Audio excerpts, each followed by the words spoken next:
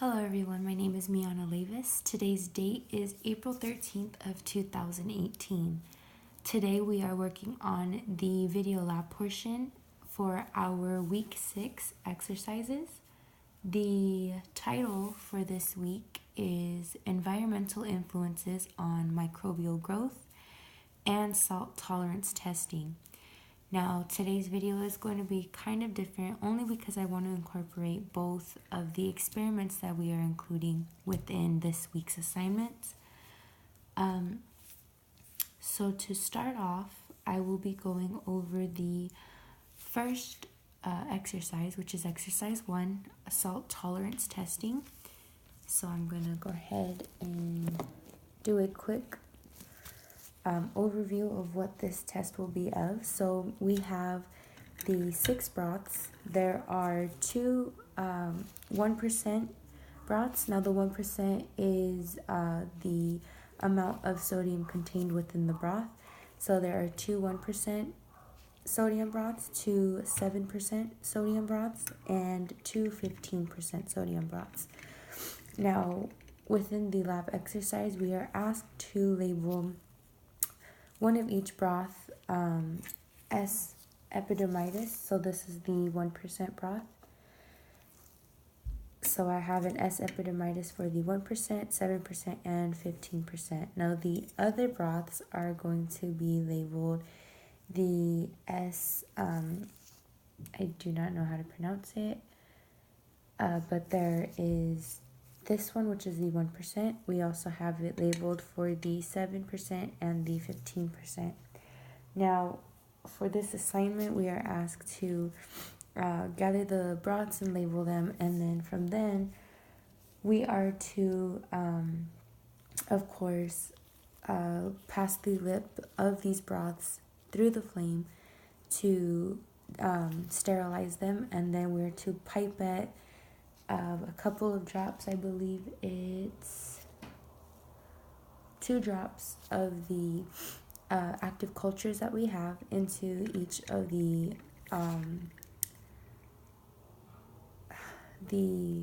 I don't know the word, the corresponding vial, I guess you can say. So 2 drops of the S. epidermidis into this one, the 1% all the way down to the 15%, and the same thing for the S. cerevisiae, I believe it is. So after we're done with doing the drops of the active cultures into these, we are to let them incubate for 24 hours. So then that is for this experiment. Now for the second experiment, second exercise, it is salt tolerance and pH testing. Now with these, there's going to be a longer demonstration only because there are more steps to this exercise. So these are regular nutrient broths, and so we have 6 of them. 3 of them are labeled the S. epi, but they are all labeled under different pH levels. So this is pH 5.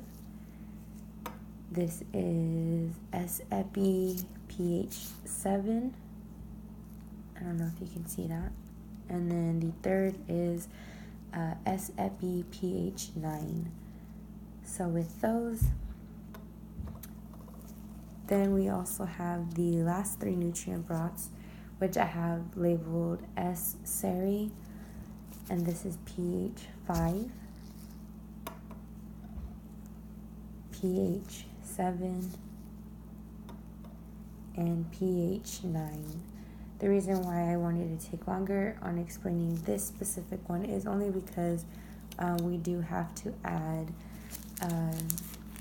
drops of the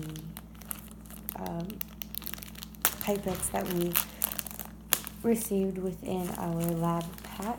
If you can excuse me, I'm going to go get some scissors for pipettes.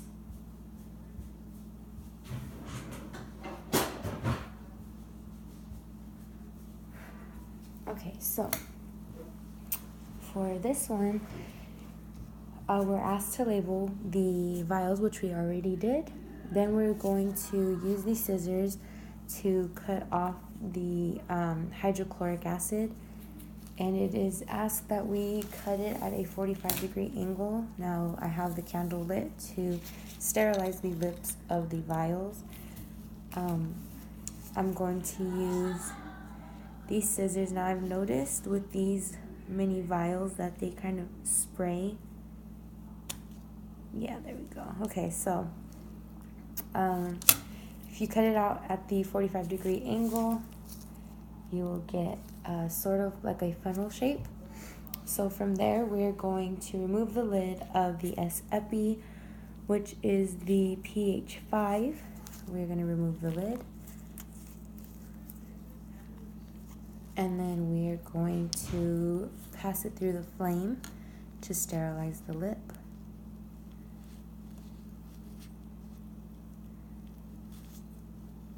Okay, now once we have that one sterilized, then we are going to